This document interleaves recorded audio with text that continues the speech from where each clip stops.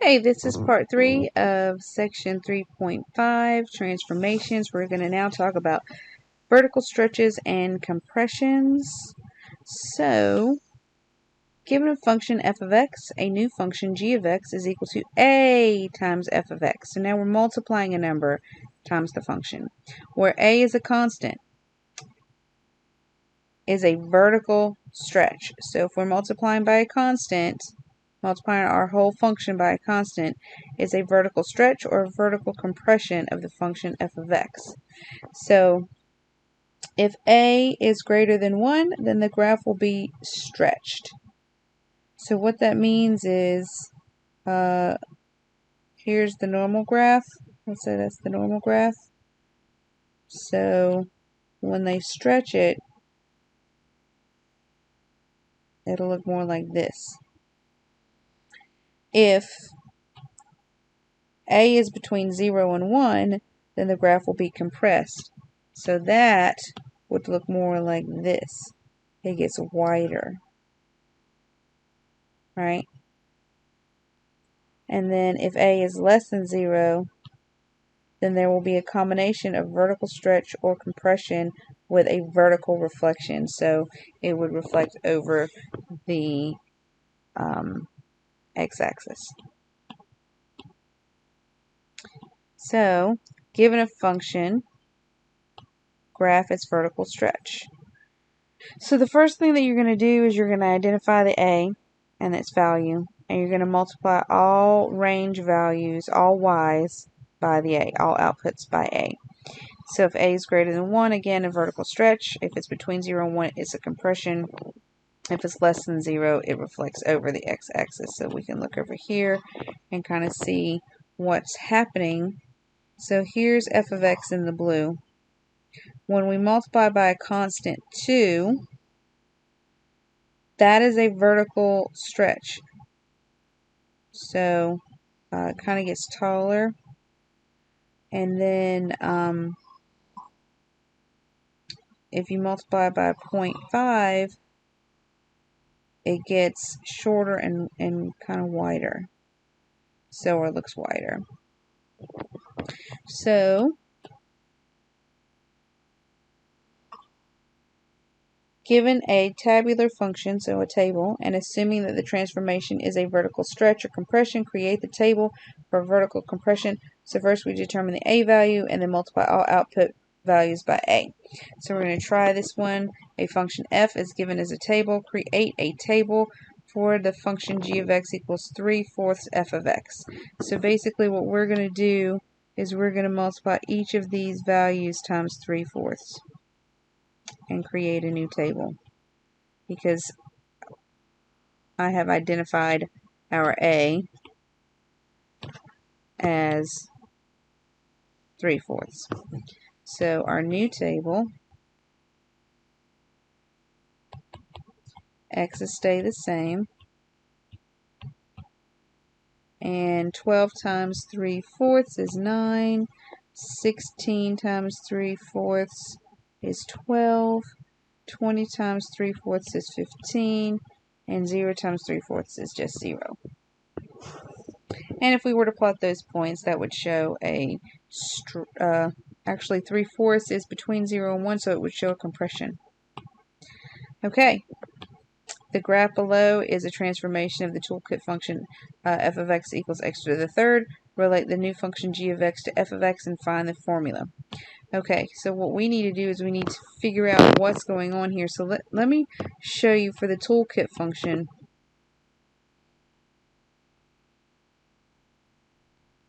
Of x to the third. Let me plug in some numbers here and show you what the original was. Oops, didn't mean to do that. So 8, negative 8, negative 1, 0, 1, and 8. Okay, so the new function, let's write what that is. Let's do a different color though.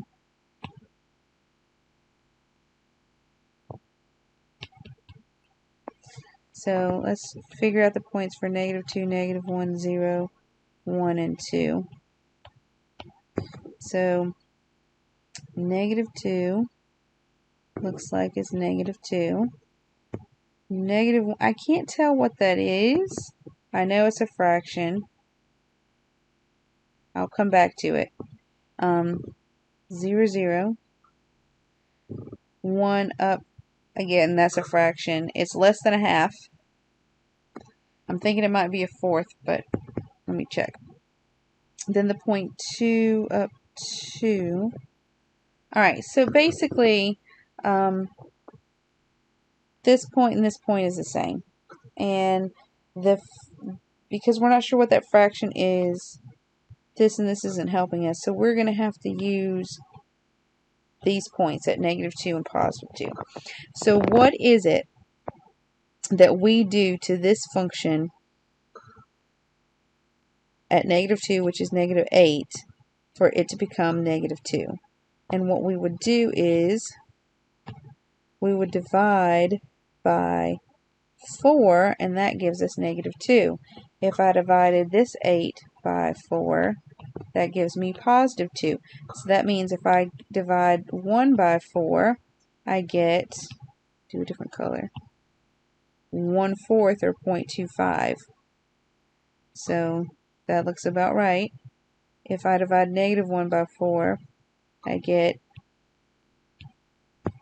-1/4, which looks about right. If I divide 0 divided by 4, I get 0. So I think that we figured this out correctly. So I believe that the g of x is equal to 1/4 times f of x, and f of x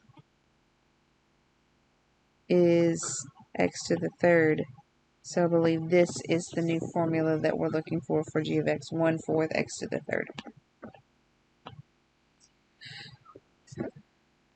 Write a formula for the function that we get when we stretch the identity toolkit function by a factor of 3 and then shift it down by 2. So the identity function is just x. So let's look at the things that they want us to do. We want to stretch it by a factor of 3 and shift it down 2. So we'll call the new function g of x. If we're shifting down 2, that means we're subtracting 2. And then we're stretching by a factor of 3. So over here, f of x, we're subtracting 2. And we're stretching by a factor of 3, so we're going to multiply that by 3. So multiply the function x by 3. The function is x. Multiply that by 3, subtract 2. And that will give us a vertical stretch of 3 and a shift down of 2. Alright, so a couple notes about horizontal stretches. We also have horizontal stretches. Given f of x, a new function g of x is equal to f of b of x. So notice now we had a in front for the vertical stretch. We have b times the input variable for our horizontal stretch or compression. B is a constant. If b is greater than 1, then the graph will be compressed by 1 over b. And if b is between 0 and 1, then the graph will be stretched by 1 over b. And if b is less than 0, then it's going to reflect over the horizontal, for a horizontal reflection, so over the y-axis. So how to, given a description of a function, sketch the horizontal compression or sketch. So first you write the formula to represent the function. Set g of x equal to f of b of x, where b is greater than 1 for a compression or b is between 0 and 1 for a stretch. So let's look down here. So note that when combining vertical transformations written in the form of f of x plus k, first vertically stretch by a and then vertically shift. So if there were an a involved, we're going to vertically shift first. Horizontal and vertical transformations are independent. It does not matter whether horizontal or vertical transformations are performed first. So finding a triple transformation of a tabular function. So given this table 15, which is this, for the function f of x, create a table of values for the function. So we've got, looks like this 2, oops, is a vertical stretch with a factor of 2. And let's see, there's a b in front of the x. So let's look back up here. If b is greater than 1, it's compressed by 1 over b. So see that? Compressed by 1 over b. So this is a horizontal compression by 1 over b, and b is 3.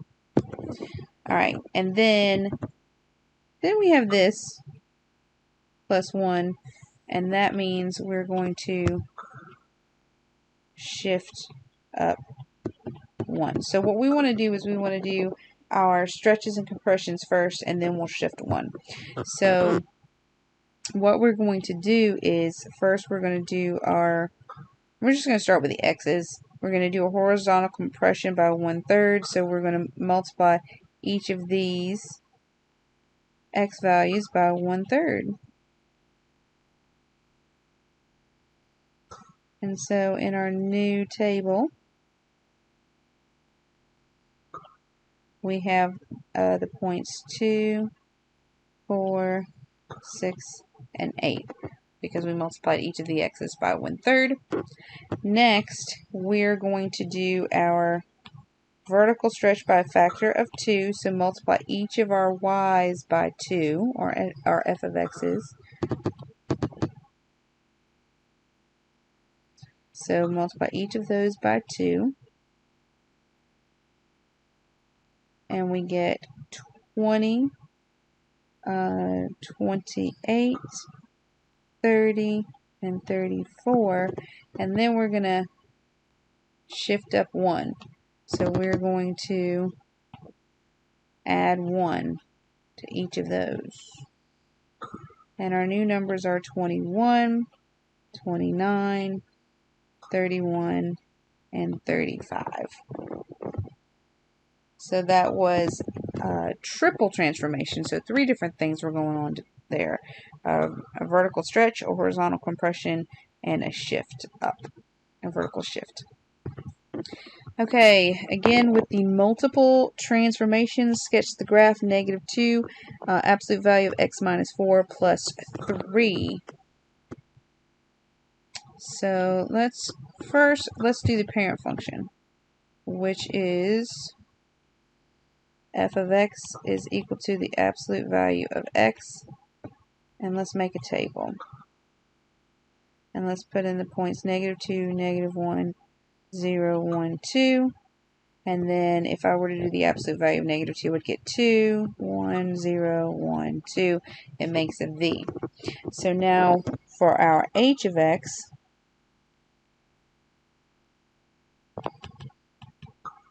let's do a different color.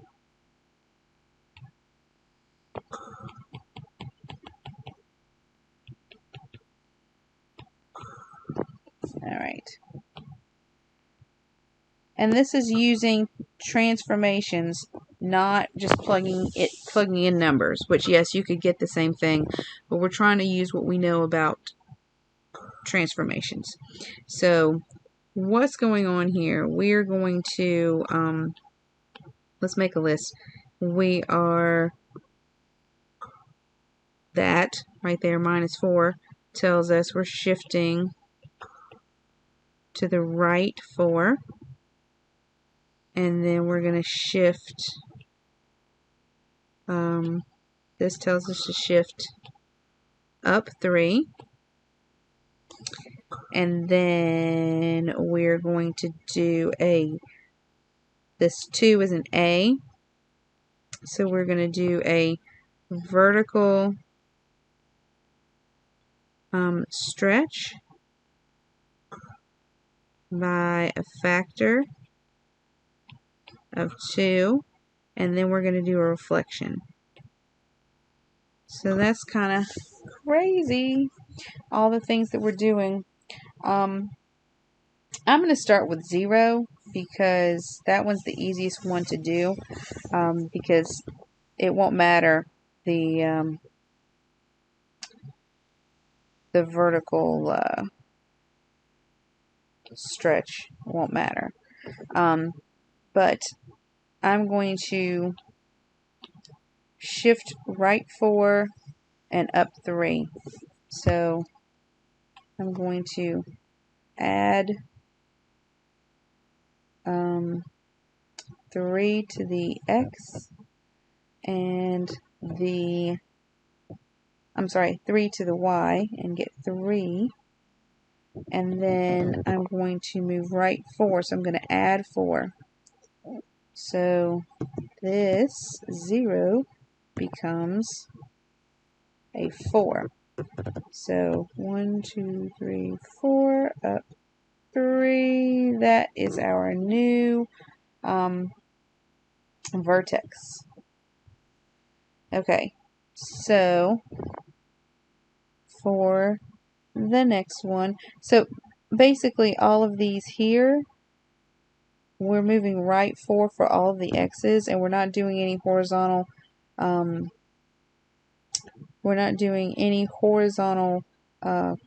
compression or anything, so we can just go ahead and add 4 to each of these. Oops. So I'm going to add 4. So -2 plus 4 is 2. -1 plus 4 is 3. 0 plus 4 was 4. 1 plus 4 is 5. And 2 plus 4 is 6. So we shift right 4, so that changes all the x's. For the y's, we need to multiply them all first. We'll just go ahead and multiply them by -2. So times -2. Don't worry about the 0.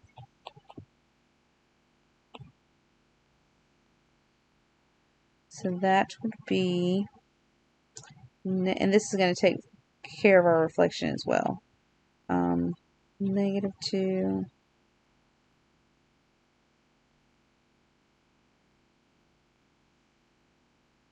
Alright, so now we're not quite finished yet. Now we did our stretch by a factor of -2. Now we're going to add 3 to each one of those. And our new numbers are -4 plus 3 is -1. -2 plus 3 is +1. We already did the 0 plus 3. -2 plus 3 is 1, and -4 plus 3 is -1. So now we'll plot these new points. And we have 3, 1, 4, 3, 5.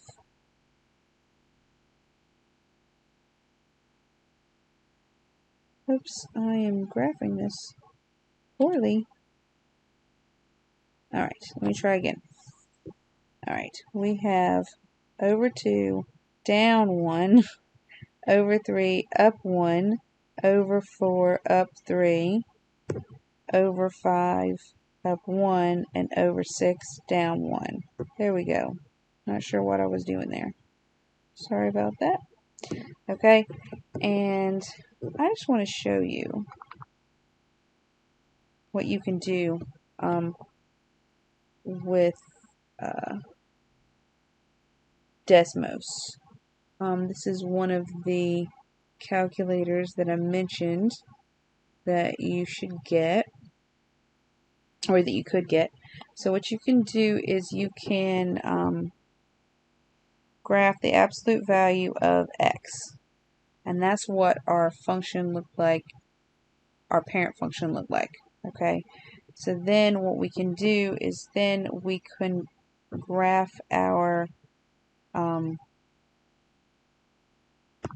let's see, what was our function? Negative 2 x minus 4 plus 3. So if we did negative 2 absolute value of x minus 4 and then plus 3, you can see that shift. You can see how it shifted and did the vertical stretch and then reflected. You can see the original and then you can see the transformation. So Desmos is pretty cool, so that you can kind of see the big picture. Okay, so let's look at this example, identifying combined vertical and horizontal shifts. So write a formula for the graph shown below, which is the transformation of f of x equals absolute value of x. So we've been looking at several absolute value graphs, so we should be becoming more comfortable with what the parent function points are. So the parent function points, we just saw them in the last, oops, I'm doing this wrong because it's counting by twos.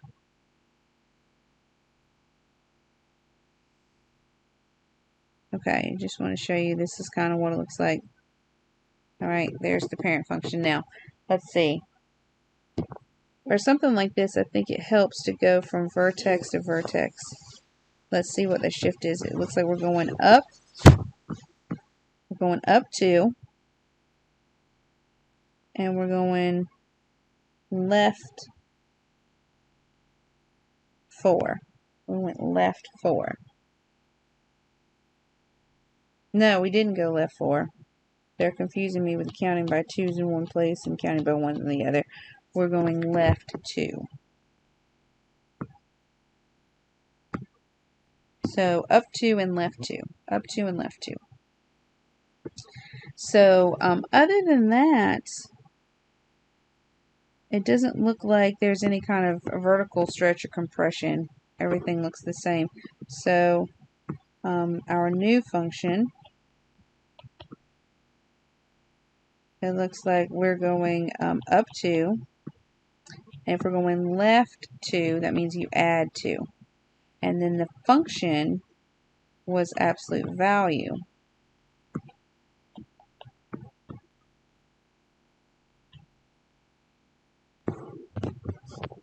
Alright, so that was just identifying the vertical and the horizontal shifts and then putting that into the new function. Okay, so a couple more things.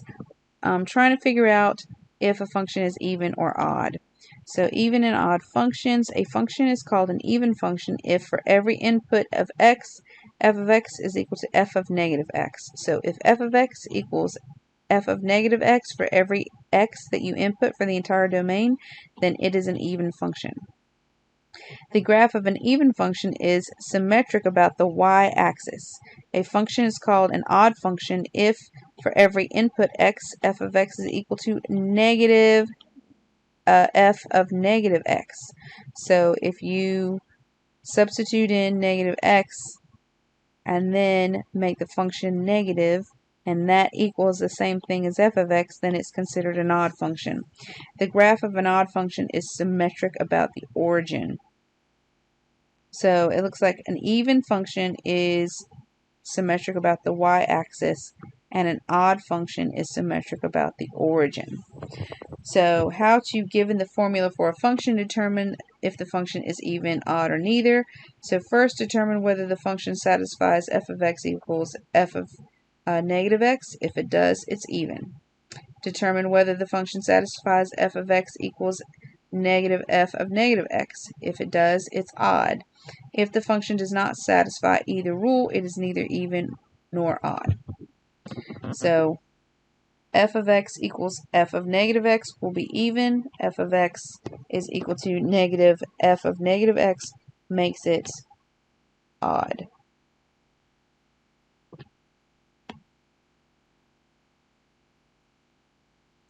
Okay.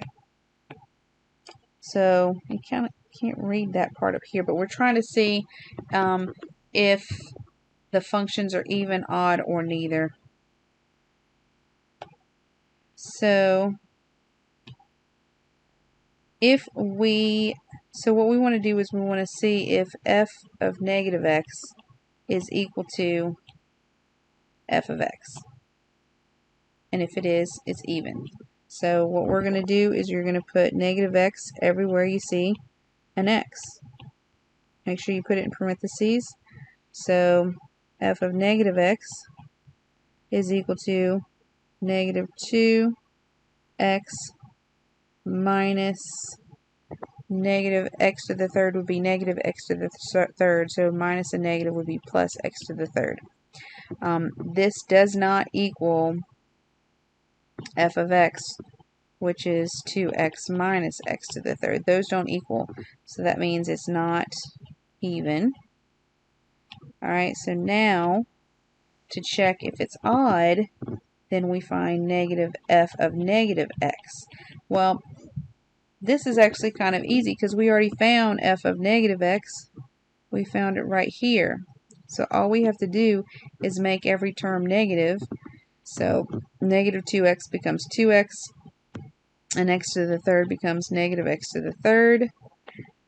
And check this out, that does equal our 2x minus x to the third, which is our f of x. They do equal. So in this case, the function is odd. Alright, so we're going to do the same thing over here. We're going to find f of negative x, and we're going to do negative f of negative x. Alright, so for f of negative x, or g of negative x in this case, 3 times negative x to the fourth. When I take negative x to the fourth power, that makes it a positive x to the fourth, which is the same thing as the original function.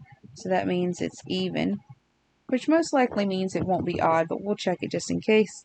So negative f of x would be negative, and then 3x to the fourth, which is negative 3x to the fourth. So negative 3x to the fourth does not equal positive 3x to the fourth, so that means it's not odd. Alright, so let's check out h of x. So we're going to find h of negative x. I guess I should use the actual letter that they gave us here instead of f again, and then negative h of negative x.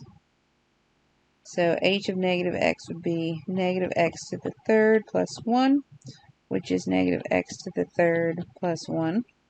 And then if I negate that or make that negative, that becomes a positive x to the third minus 1. Neither one of those equal this function, so this is neither. It's neither even nor odd. Okay, so you guys try this one. Is the function f of s equals to s to the fourth plus 3s squared plus 7 even, odd, or neither? And then unpause when you're ready and we will go over it. Okay, so if it's even, that means it's going to equal f of negative s. If it's odd, that means it's going to equal negative f of negative s. So we're going to check out both. So let's plug in negative s everywhere we see an s. So negative s to the fourth would be positive s to the fourth. Negative s squared would be positive s squared times 3 would be 3s squared plus 7. That equals f of s. So that means it must be even. It's an even function, which means it won't be odd. But let's check it just in case to make sure. Cover all our bases. So we already found f of negative s, which was s to the fourth plus 3s squared plus 7. Now we want to make it negative. So that becomes negative s to the fourth minus 3s squared minus 7, which does not equal f of s, so it is not odd. Okay, so it looks like we're finished with section 3.5. If you have questions, please email me.